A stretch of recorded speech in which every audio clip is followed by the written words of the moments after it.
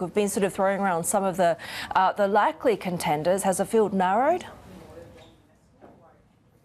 Well, the reporting is right now that there are three names sort of at the top of the list, and things could change as Kamala Harris keeps vetting these candidates. But right now we're seeing Mark Kelly, an Arizona senator, Josh Shapiro, the governor of Pennsylvania, and Tim Walz, the governor of Minnesota. These are sort of the three names that people have zeroed in on in the Harris campaign right now. Again, there are more people being vetted, but these are three of the names. They're kind of interesting individuals. They've all won in swing states. They've all won in tough places. Mark Kelly, a former astronaut, then came into the Senate. He's married to Gabrielle Giffords, who herself a former Congresswoman, now gun control advocate. Josh Shapiro sort of came up through the ranks in Pennsylvania. Pennsylvania is maybe the most critical swing state.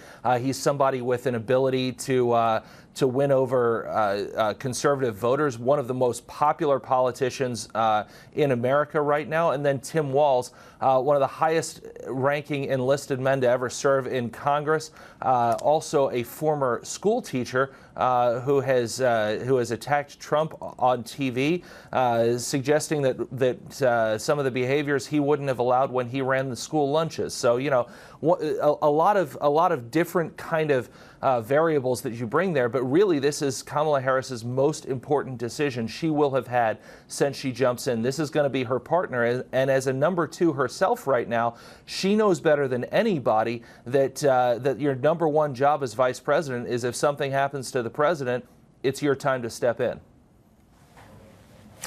We've been looking at this sheer momentum for Kamala Harris, both in terms of the surge in support, the memes, of course, we've talked at length about, but also just the fundraising, $200 million in the first week. I guess my question is, you know, can this momentum be sustained, right? And how much of this is perhaps, I guess, a sheer relief of having an alternative?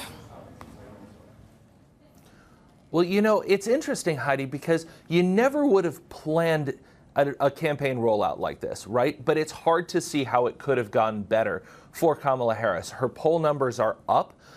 She is doing better in swing states than Joe Biden did by a fair amount.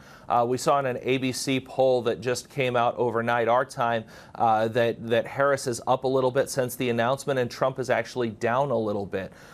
Trump's pick of J.D. Vance maybe has not had a big resonance, and Vance has had his own difficulties that he's had to contend with. And I think, as you mentioned, the money is really a critical factor. You know, we had been reporting that fundraising for Joe Biden had been drying up, especially among some of his larger donors.